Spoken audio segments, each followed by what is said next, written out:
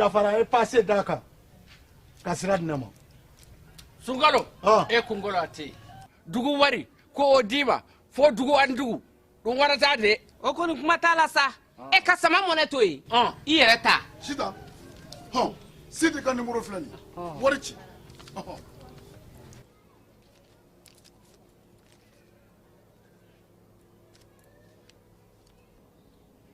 wari sera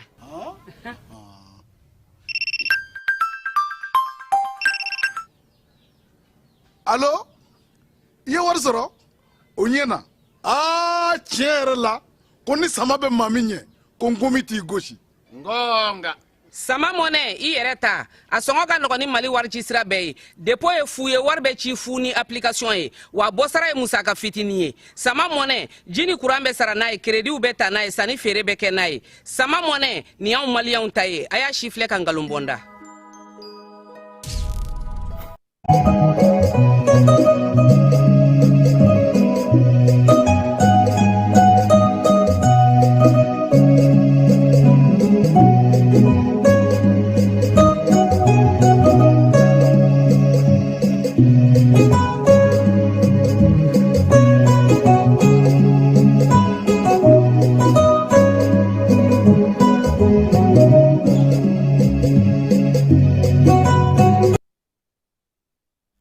Folni tantoli ame olase awma ni kumaina awmunu sogombe jani bolo soro bela jana kafu ko bismillah ka ulayna bamanakan kibaro kono kenam na namna nya foli chamanke awye Mali ani dien fam bela jelenka anga kuna fol bagul wado bana talike premier ministre journal division Abdoulaye Maiga aye nazar la tomba Union européenne uka mado bismillah mu kunambe kumanyonga wala yasa Mali ani nazar la jamano Union européenne fata se farafna ka sega obara uka okologriya kulumume anga jamana kono ni ulube nyenen mafew ni furajugu keleli kama ko OCS olu ye fura ni menen chaman kata ujeni munu ni ote sharia kono ni ukbeka sega ke gela ka nyeshi kene akoma marabul kono na kibaro la bafla be kawara ka foko uka bagi jolendo umume ke sobe mauka dongabo ke ko kemeka gela balase uma direka feno kalamblo no kala shifina ka kun chokomuna obeseka u janto nyene mafew ani saraban kasara obeseka kumbe chokodi ko kan kibaru natani ay gabon ka feno gabon kuna foli lawka ko la koloshu je kuluni akiye olu e kibara bo kayra ka fo ko ka bolo suraw bela jelen la jonga ko kibara en kono jamana kuntigi ale kemme kayra ka fo ale akilna matani kibara en o konna la polo en ka bara chrétien dine nyema do ale be critique la maw nyekoro baw kaye jugu do ka udugo amason o la kofo nunu de anga wulaina kibaro la kuma badoye amana kuna foli wara fara munun kan soni ka kuna foli ni fol bu awe aka ayaw soko ko nyuma jani kuna foli sala bela jelena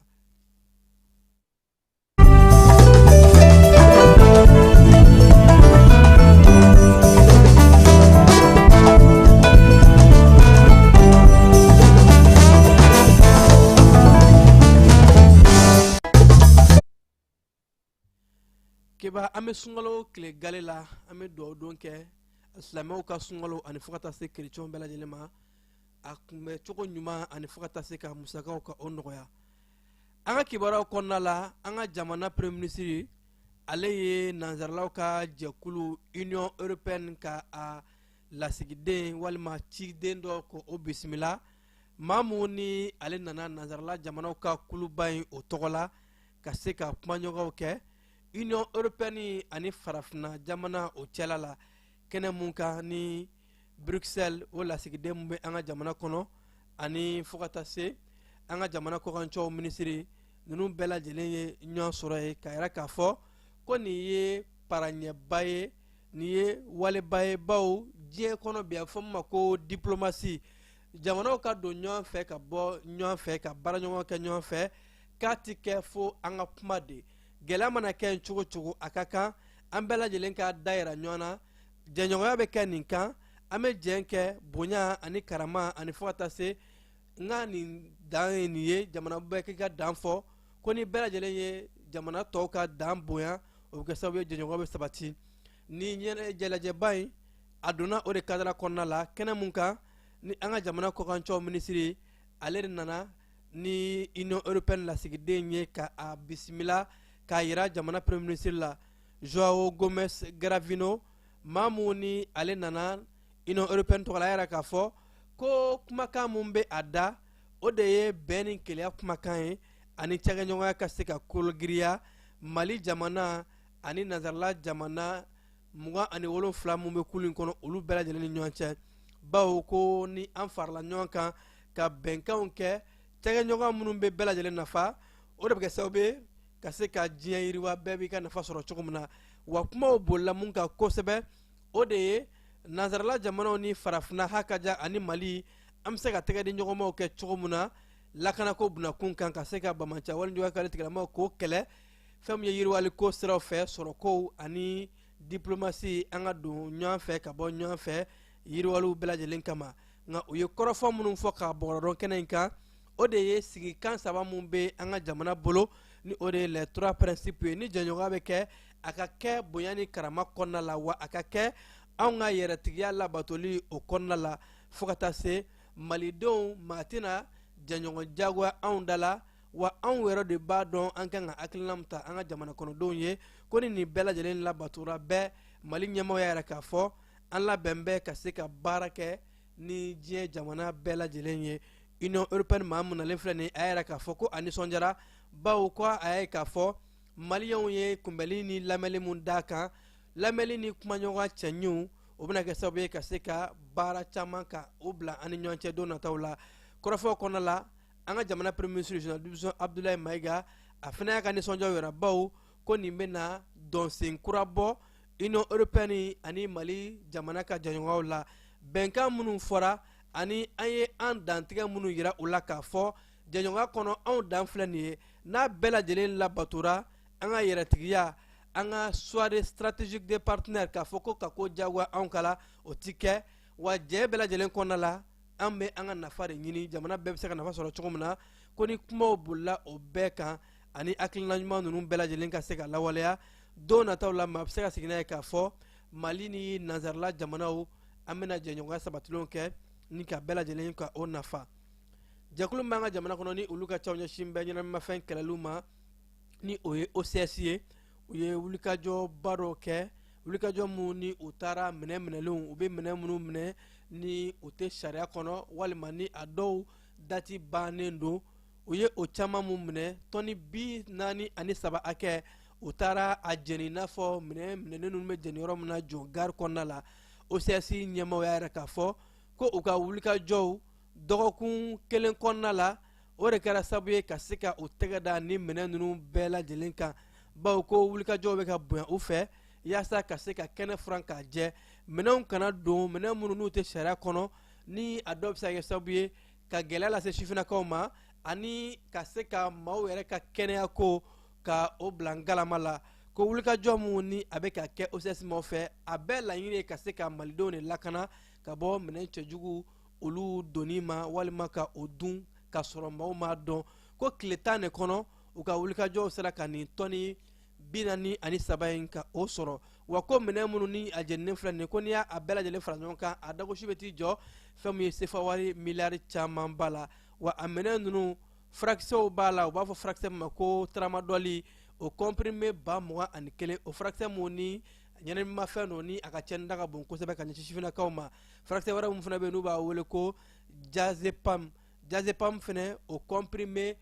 600 ani 32 o bɛɛ lajɛlen de tun bɛ a la fo ka taa se shisha o ni a ɲɔngo a charbon ani fo ka taa se u b'a fɔ fɛn minnu ma ko gaz hilarant ni sifinakaw bɛ a ta k'a kɛ ɲɛnɛmafɛn ye olu bɛɛ lajɛlen caman kuma kɔnɔ u ye minnu jeni OCS maaw yɛrɛ k'a fɔ ko nin wulikajɔ in a bɛ ka kɛ u fɛ wa u b'a laɲini jamanakɔnɔdenw de fɛ u ka se ka fara u kan ni minɛn minnu ni an y'a ye k'a fɔ a tɛ sariya kɔnɔ n'a ye maa minnu bolo an ka wele bila OCS maaw ma u bɛna wulikajɔ kɛ ka se ka tɛgɛrɛ o maaw kan colonel Mohamed Agdramani ni ale bɛ OCS ɲɛmaaya la bi a yɛrɛ k'a fɔ ko wulikajɔ bɛ ka kɛ a ka cɛbalenw fɛ Mali fan bɛɛ lajɛlen na yaasa ka se ka maaw ka kɛnɛyako ka a sinsin ni kɛnɛ in kan ordre des pharmaciens ni o ye furafeerelaw ka kulu ye pharmaciens ka kulu ale fɛnɛ représentant mun tun bɛ kɛnɛ kan a yɛrɛ k'a fɔ ko ni furakisɛ ninnu bɛ mun da maaw ka kɛnɛya tiɲɛni kan ko a dagosi ka bon kosɛbɛ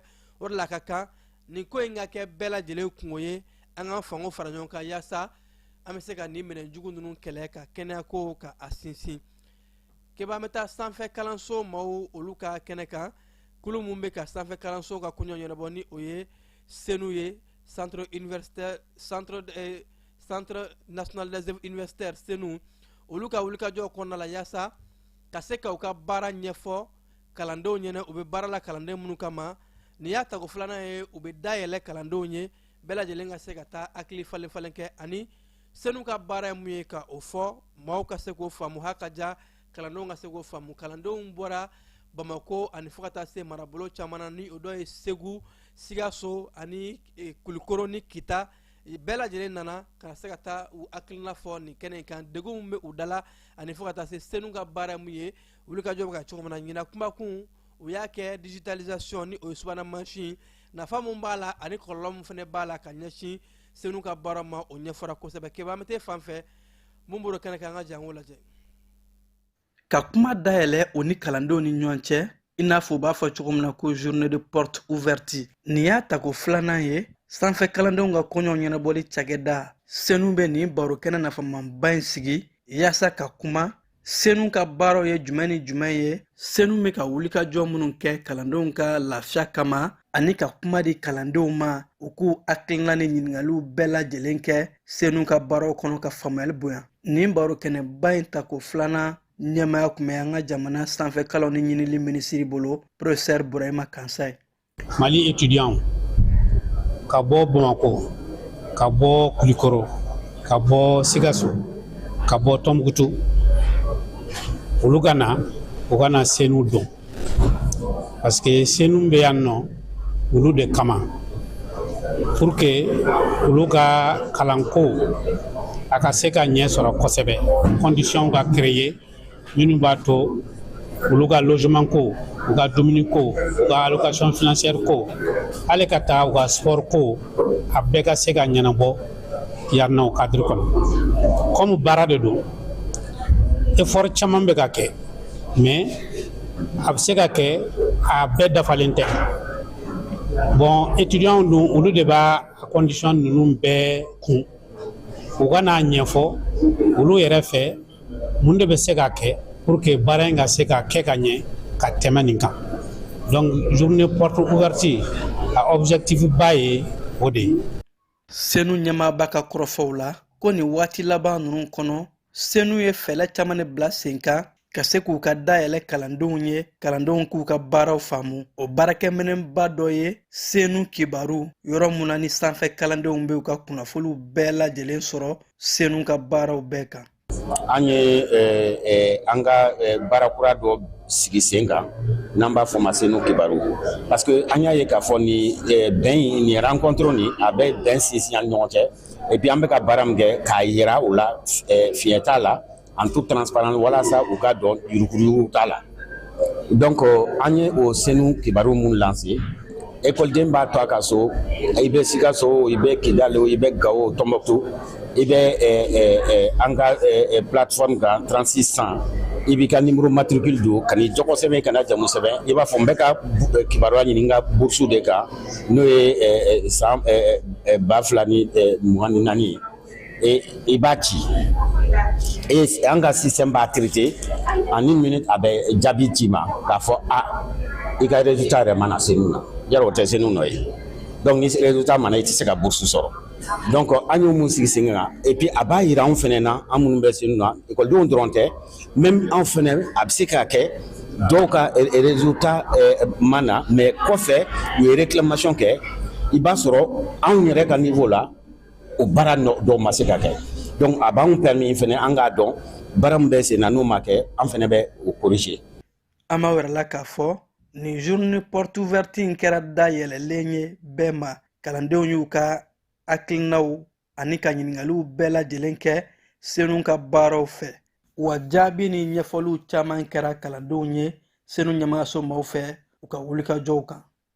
Tuma dɔ la i b'a sɔrɔ à 4 heures du matin bana bɛ wuli dɔ la mais mɔgɔ si tɛ yɔrɔ in na étudiant de kan ka ɲɔgɔn dɛmɛ ka taa n'a ye kɛnɛma ka taa solution ɲini n'olu bɛ se ka o ko kɔni ɲɛnabɔ solution do o bɛ na sɔrɔ a la awɔ fana ni olu bɛ se ka bourse dɔ fara bourse fana kan o fana ka wusa parce que bourse ko fana ka dɔgɔ dɔɔnin bon étudiant do fana bourse t'olu bolo n'olu bɛ se ka o ko fana ɲɛnabɔ voilà mun ka jugu bɛ yɛrɛ o ye an ka tagali ko ye bisi ko ninnu bisi ka dɔgɔ bisi ka ca wa fana n'i bɛ taa bisu fana n'i ma taa kɔnɔ i t'a sɔrɔ wa kuma dɔw la yɛrɛ bisi bɛ na a bɛ fɛ a bɛ taga to an bɛɛ bɛ to yan nɔ an bɛ tila ka taa retard la parce que heure mun b'a la n'olu bɛ se ka sigi o ko la ou bien ka bisi wɛrɛw ɲini ka fara ɲɔgɔn kan ni quartier kelen yɛrɛ bɛ se ka bisi kelen sɔrɔ pour que étudiants bɛɛ bɛ se ka taga école la direct la o fana bɛna diya n ye. Malidenw kun sigira ka kumaɲɔgɔn min kɛ n'o y'a wele ko assise nationale de refondation kumaɲɔgɔnw kɔfɛ kulu kun sigira ko yaasa laɲini mun kɛra malidenw fɛ ka se ka a baaraw la kɔlɔsi a baaraw bɛ se ka lawaleya cogo min na o ye o kulu mun sigi olu ka baara san 2024 ka a jaabi ta ka a di an ka jamana premier ministre ma ka sanga ni février kalo tile 17 ye ko comité indépendant de suivi évaluation des recommandations des ANR sincère ANR olu ka wulikajɔ kɔnɔ o y'a yɛrɛ k'a fɔ san 2024 baara mun dira o ma ni o de ye malidenw kumakan ka se ka a lakɔlɔsi ani kuma o kuma ni baara minnu kan ka lawaleya ka wulikajɔw bɛɛ lajɛlen kɛ baaraw ka se ka lawaleya i n'a fɔ jamana ɲɛmaaw ka hakilina ye mun ye ko kumaɲɔgɔnw bɛɛ lajɛlen kɔfɛ a yɛrɛ k'a fɔ malidenw ye laɲini mun kɛ ni o ye recommandation ye a bɛ taa laɲini 517 la wa k'u ye laɲini ninnu ta k'a kɛ mun ka gɛlɛn kosɛbɛ minnu ka nɔgɔ ani fo ka taa se minnu ni olu tɛ gɛlɛmanba ye ko non prioritaire o siratigɛ la yɛrɛ k'a fɔ u ka laɲiniw kɔnɔna la laɲini 55 olu de kɛra action prioritaire ye k'u ka gɛlɛn kosɛbɛ minnu bɛ dafali kɛ action complémentaire o ye laɲini 153 ye minnu tɛ priorité ye ko non prioritaire o ye laɲini 320 ye fɛn mun ye jateminɛlikɛla ninnu kɔnɔna la kulu in ɲɛma ni o ye maître Amadou Cɛwule Jara ye a yɛrɛ k'a fɔ olu ka baaraw kɔnɔ k'a daminɛ décembre kalo tile 31 san 2024 na u ye baara minnu kɛ laɲini minnu ka gɛlɛn kosɛbɛ ni o ye 55 ye ko a 28 olu bɛɛ lajɛlen kɛra ka ban ko b'a yɛrɛ k'a fɔ 100 sara la olu ye jamana ɲɛmaaw wele ka laɲiniba mun yira u la bawo jɛkulu in ko jɛkulu kana bilalen don jagoya ti u dala wa kuma bɛɛ u bɛ se k'a ɲini ɲɛmaaw fɛ wale ni wale min ka gɛlɛn kosɛbɛ malidenw mago bɛ fɛn minnu na kosɛbɛ ka se ka o baaraw kɛ o siratigɛ de la ko action prioritaire mun kɛra malidenw ka laɲiniw kɔnɔ ko o 28 olu baara bɛɛ lajɛlen kɛra k'a ban ani o action prioritaire kɔnɔ ni o ye 55 ye minnu baaraw bɛ sen na ko o bɛ tali kɛ 26 ɲɔngo la olu baaraw bɛ sen na ko b'a yɛrɛ k'a fɔ ko wulikajɔw bɛɛ lajɛlen min ka kɛ malidenw ye kuma min fɔ mali fan bɛɛ lajɛlen fɛ ko ni o ye assise ye ko k'a yira malidenw na k'a fɔ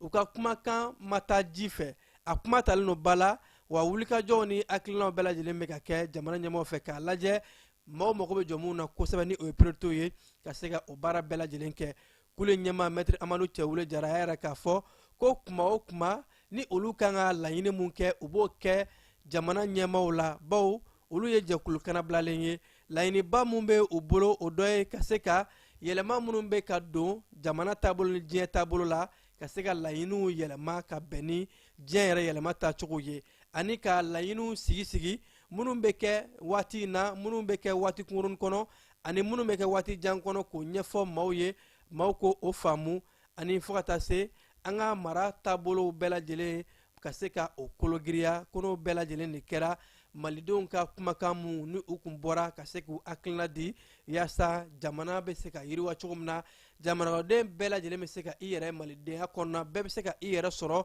fɛn mun ye mali wulikajɔw ani hakilina mun ni a bɛ ta jamana ɲɛmaaw fɛ secteur bɛɛ lajɛlen ni o ye fan bɛɛ ye maa si kana kɛ kɛrɛfɛden ye yiriwa kan ka bɔ sira minnu fɛ bɛɛ da ka se ka don a la bawo ko nin ye malidenw yɛrɛ hakilina ye u taara mun fɔ sigikafɔba o sen fɛ Keba sɛdɛ maaw olu ye baara dɔ bila sen kan baara mun ne ko ka an ka duguba kɔnɔnaw ka pavew da o la ni ka o dilan ka ɲɛ o welekan de bɔlen musolaka dɔ bɛ yen nɔ ni ale ye Korotum Traore ale ye loti service o promotrice ye ale ye dɛmɛ ta ka a di ni o ye pave mulu 1000 hakɛ ani fo ka taa se ka siman caman k'o di sɛdɛ maaw ma yaasa u ka hakilina minnu bɛ yen nɔ ni o de ye ka se ka ɲɛda kura di an ka dugubaw ma ko mali ɲɛda kura ka se ka o baaraw kɛ k'o sɛbɛntiya wa ko hakilina in kɔnɔ fɛnɛ u b'u ka kɔrɔmadɔni ta ka ɲɛsin an ka cɛfini tabaw ma ni o ye an ka finitigilakaw ye olu bɛ wulikajɔ la su ni tile ka malidenw ni o bololafɛnw lakana o pave dili kɛnɛ kan Keba mun bɔra o la e yɛrɛ tun bɛ yen nɔ an bɛ t'i fanfɛ an bɛ jango lajɛ ka ne to Chine y'a ye n bɛ to ka taa Gambiens accompagner u b'u ka yɔrɔ dilan u ka yɔrɔ bɛ yen ni dibi b'a la u bɛ taa n bɛ taa panneau usine na u bɛ panneau san u bɛ lampadaires san donc du coup ne ye mulu ye ne ko ne bɛ nin san faso ye n ko mun bɛ ka kɛ Burkina pour que k'a kɛ donc ne ye 200 mulu san n ye appel lancé n ko ne ye 200 mulu san n'o y'a sɔrɔ ni mɔgɔ min bɛ yen n'i bɛ se ka fara ne kan ka dɔ fara nin mulu in kan maliyɛn den bɛɛ welela n ko ne kelen tɛ se ne kɔni ye 200 san donc n ye appel lancé a kɛra i b'a fɔ maliyɛnw sigilen don kan makɔnɔ donc maliyɛn bɔra fan bɛɛ fɛ ka na dɔw ye 200 mulu san dɔw ye 300 000 di dɔw ye 250 000 di minnu se ye 200 ye bɛɛ y'i seko kɛ maliyɛn nana fan bɛɛ fɛ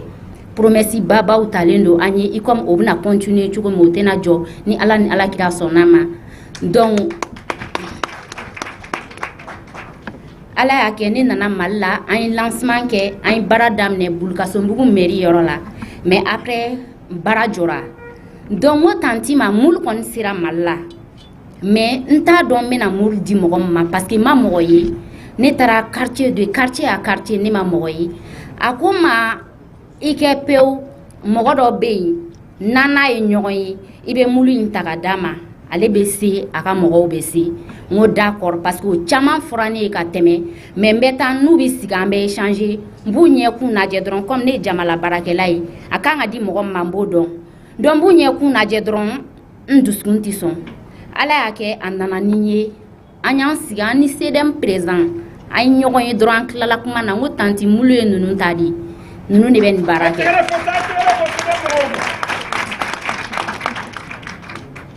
donc n y'a ye dɔrɔn n ye confiance d'a kan tout de suite i comme ale y'a fɔ n ɲɛna cogo min na a ka kuma ma to ko ne ye confiance d'a kan dɛ mais n y'a ye dɔrɔn n yɛrɛ y'a dɔn ko nin de bɛ se ka kɛ o de la an sababuya yɛrɛ yan bi pour que ka mulu di donc baara bɛ na continuer mɔgɔ tun ye promesse ta mɔgɔ tun ye promesse ta an mago b'a bɛɛ ka dɛmɛ na anw kelen tɛ se maliko de don fasoko de don donc nin ko daminɛnen de c'est comme an kun y'a kun tigɛ de mais sisan nin ko yɛrɛ daminɛna parce que baara de bɛna daminɛ donc mun fɔra ne ka danaya kama mɔgɔw tugura an kɔ o ye tiɲɛ ye maliyɛnw sigilen don Chine u pɛrɛnnen don ko k'u bɛ mansinw yɛrɛ de san ka d'a ma maliyɛnw bɛ Angola u pɛrɛnnen don k'u bɛ mansin san ka d'a ma diaspora ye diɲɛ yɔrɔ o yɔrɔ n ye bɛɛ ka ci lase président ma a ka bureau kɔnɔ a ka d'aw ye a ka kɛ cogo min na fana a ko a bɛna baara kɛ ten cogoya la an bɛna an ka mulu ta an bɛna di CDM ma wa an tɛna taa dɛ ne ko ne t'a baara ma sɔrɔ mais ne bɛ nin suit de u nɔfɛ ne ka mɔgɔ bɛ yen k'i tun ye promesse ta ne ye i ka na n'i ka dɛmɛ n'i bɛ se ka na n'a ye président fɛ yen directement o bɛ bɛn n'i bɛ fɛ hali ne k'i accompagner n bɛ n ka temps bila a kama n bɛ nin bila parce que nin ye Mali ko de ye n'i bɛ Mali fɛ i ka 200 bɛ taa nin da fɛ donc an ye bɛɛ wele. 1000 moules avec donc on va bla moule mun kono donc anono au milieu de kadi ko o bla en folo bon flana nani 5 tonnes de ciment fana ko fana fara donc o de an fara ɲɔgɔn kan bi pour que au passager n'avait que akake sharia kan wise fana be yan wise sigilen be yan donc fɛn mana di kɛnɛ in kan a bɛ sɛbɛn de n'a tilala donc pour que an bɛ se ka a bɔnna ye cogo min kɔfɛ Mali dɔrɔn tɛ Bamakɔ dɔrɔn tɛ Mali bɛɛ de don donc n'i y'a lajɛ ka taa Kayi fo Kidal an bɛɛ de ka baara don donc an fana tɛ se ka kɛ comme jamanatigi y'a fɔ cogo min bɛɛ k'i ta kɛ n'an b'an ta kɛ an bɛ jamana in jɔ wa a tɛ se ka jɔ fana na malidenw yɛrɛ de ma impliqué a la discours caman fɔra an ye discours kɛ hali sini discours de bɛ kɛ sisan an ko an discours de jɔ sisan ka baara daminɛ. Direkaw bara an ka marabolo kɔnɔna kibaruyaw kɔnɔ kɛnɛ dɔ sigira sen kan yaasa ka se ka sifinnakaw ka u kunnafoli siraba kasara ani ɲɛnamafɛn tali ma hakilina in a bɔra direkaw ka sifinnakaw ka jɔkulu conseil communal yɔrɔ ka ɲɛsin u ka lycée public Amadu Jajeba o kalandenw ma bawo ko moto ani bolimafɛnw na vitesse ta ko juguya excès vitesse a bɛ kɛ sababu ye ka se ka sifinnaka caman de ka siniɲɛsigi ka a tiɲɛ ani ɲɛnamafɛn minnu ka yɛlɛ circulation sanfɛ ko bɛɛ lajɛlen k'i hakili t'o la hakilina in ka fara sifinnakaw kan direkaw ka kɛnɛyaso CSREF ani fo ka taa se marabolo kɔnɔna ɲɛmaaw ni sigida ɲɛmaaw ma bɛɛ lajɛlen tun bɛ yen nɔ bawo ko hakilina mun don hakilina ɲuman don mun bɛ kɛ sababu ye ka se ka duguw ka a yiriwa korokaw bara dɛmɛ taara ka a di maaw ma maa minnu ni olu y'u sigiyɔrɔ bila ka a sabu kɛ fɛn mun ye gɛlɛya n'u bɛ wele ko déplacé o sefa wari $3 o de donna minɛnw na k'a ta ka a di u ma koro kɔnɔ a la k'a fɔ u ye maaw suganti maa minnu ko n'u ka gɛlɛya fanga bon kosɛbɛ ka se ka nin dɛmɛ ninnu ka ta ka d'u ma dɛmɛ minnu ni a bɛ tali kɛ balow la malo sukoro ani tulu ka a ta ka di maaw ma ka se ka u yɛrɛ dɛmɛ ni a ye hakilina ye a bɔra korokaden mun sigilen bɛ Côte d'Ivoire ani Bamakɔ kɔnɔ ko yaasa ka se ka dɛmɛ don maaw ma dɛmɛ ni ɲɔgɔn jigitigiw o mun ye maliyɛn o taalan ye gunamkaw fɛ yen nɔ musow ani bogotigiw ka siyansi don o layɛnɛmayara bawo ko siyansi ye kalan ye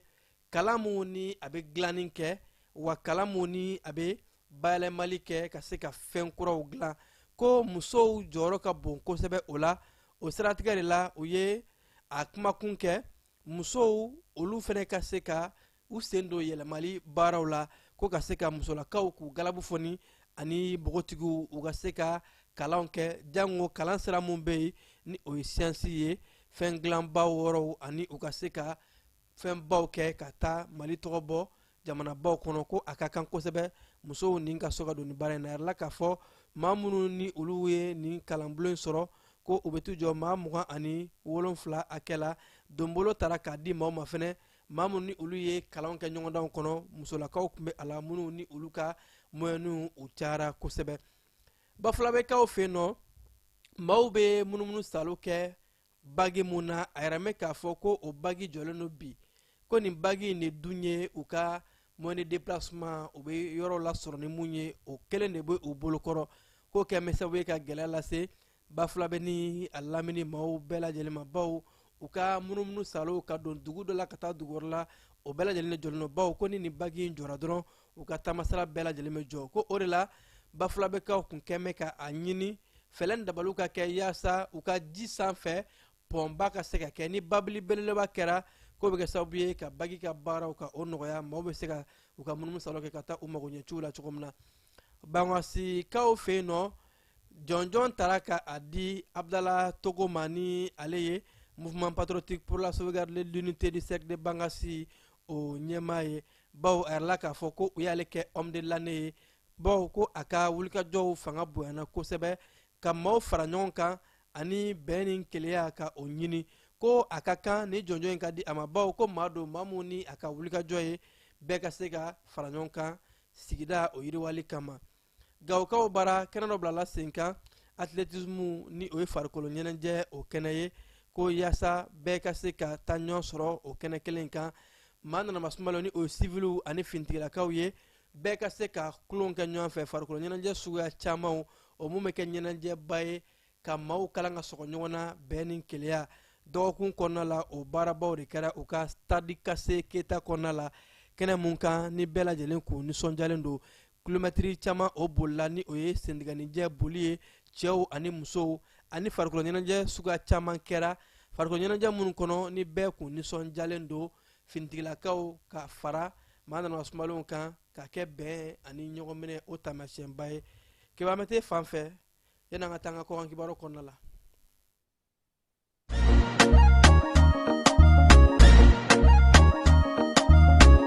aw bisimila hôtel lafiya la n'i ko hôtel lafiya wulikajɔw bolodalen don walasa aw bɛ se ka lafiya sɔrɔ cogo min na ani hakilisigi aw ka séjour la anw fɛ Mopti yan kɛrɛnkɛrɛnnenya Mopti Sevare ka kɛ ni kurantigɛtigɛ ye min ye hôtel lafiya Sevare ale ye wulikajɔw boloda ka se ka min ye awa fɛɛrɛ kɛrɛnkɛrɛnnen dɔw ta walasa aw bɛ se ka lafiya sɔrɔ cogo min na aw ka séjour la hôtel kɔnɔna na n'o ye ka panneau solaire installé min ye kurantigɛtigɛ o degun aw kana o ye séjour la l'hôtel yɛrɛ kɔnɔna na réservation ka kɛ kabi sisan min b'a to aw bɛ se k'aw ka séjour kɛ k'a sɔrɔ tɔɔrɔ tɛ aw kan degun tɛ aw kan hôtel lafiya. hôtel lafiya ale filɛ nin Sevare bangetaba yan'i ka se aéroport sirafara ma station laban i kiniboloya fan fɛ i bi jigi o kare fɛ mètre 200 bɔɲango hôtel lafiya ale cokolen bɛ i kiniboloya fan fɛ i bɛ se ka weleli kɛ nɛgɛjuru siraw fɛ 21 42 14 11 76 01 01 98 66 78 72 04 hôtel lafiya référence do.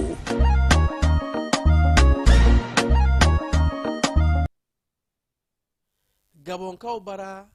aki ni ale ye kunnafonikow lakɔlɔsili o soba ye autorité de la communication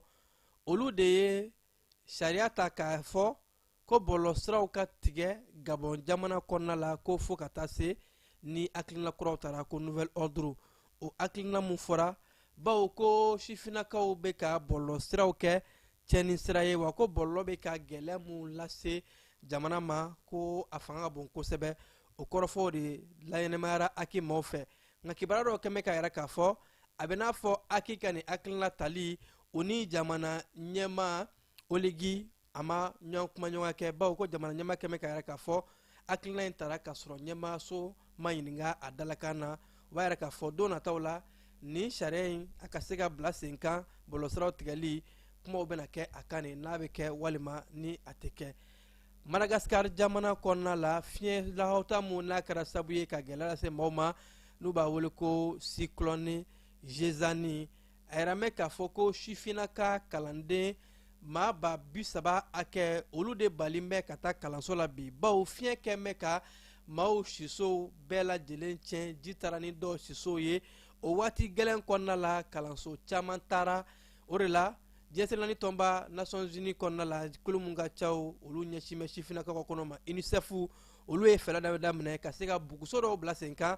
yaasa sifinaka minnu ka yɔrɔw tiɲɛna o bɛ se ka kunsɔrɔ yɔrɔ sɔrɔ ni kuma gɛlɛn in na ni wulikajɔw bɛ ka kɛ ka dɛmɛ don u ma o waati fana kɔnɔ sifinakaw ka hakɛ mun ye kalan ye k'o kana tigɛ.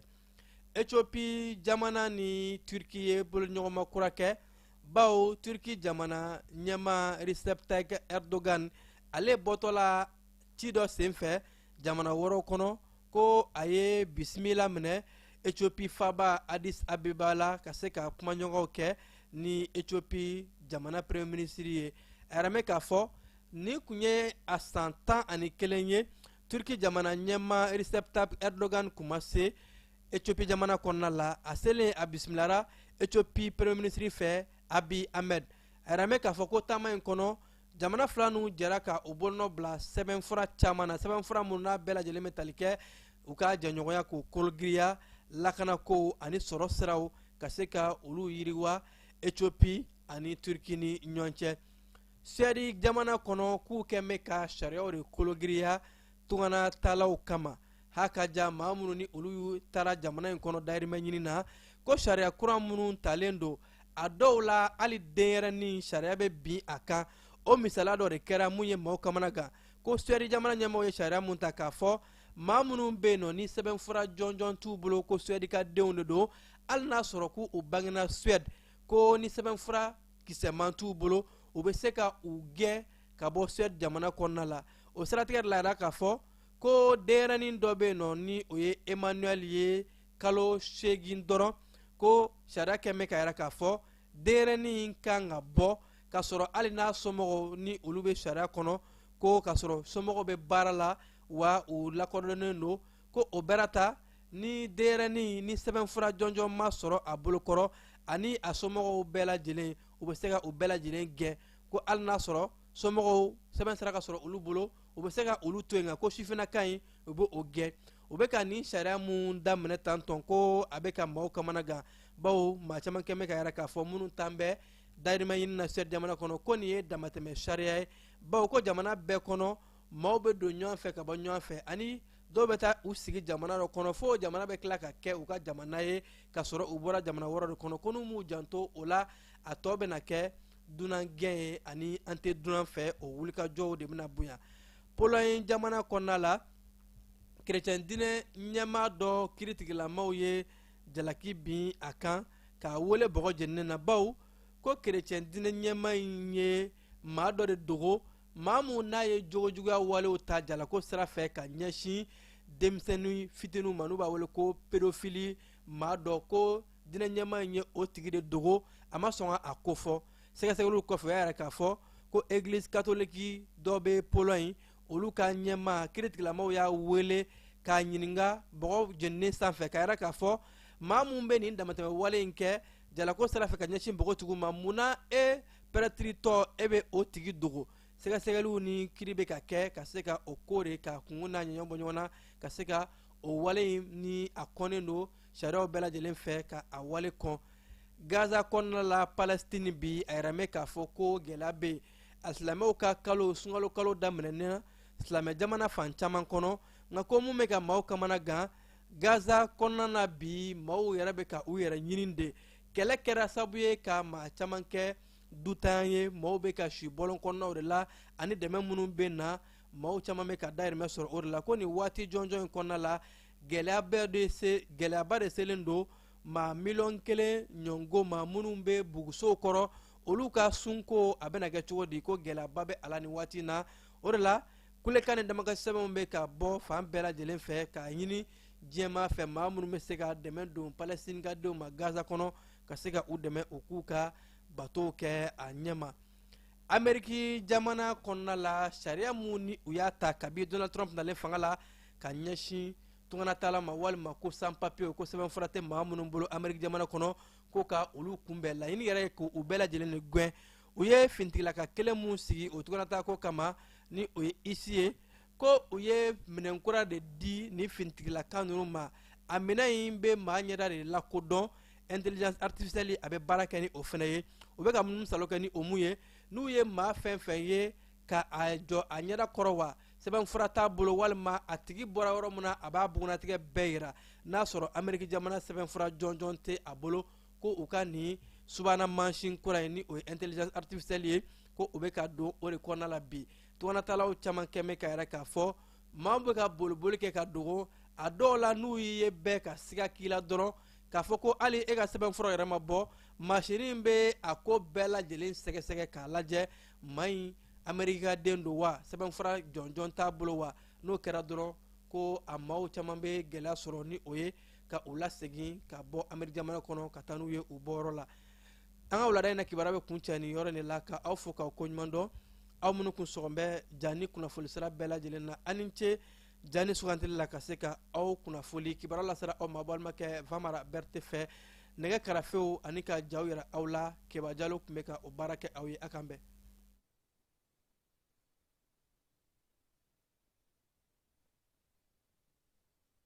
an ka ɲɔgɔn dɛmɛ ka bingenikɛlaw ni maafalaw ni walijugutigilamaw kɛlɛ a y'anw dɛmɛ an k'aw dɛmɛ ka bingenikɛlaw ni maafalaw ni walijugutigilamaw kɛlɛ n'a ye kunnafoni sɔrɔ bingenikɛlaw ni maafalaw ni walijugutigilamaw kan a ye nɛgɛjuru ci dɛmɛso la nɛgɛjuru sira fɛ wari tɛ sara min na 80 00 11 20 walima 80 00 11 22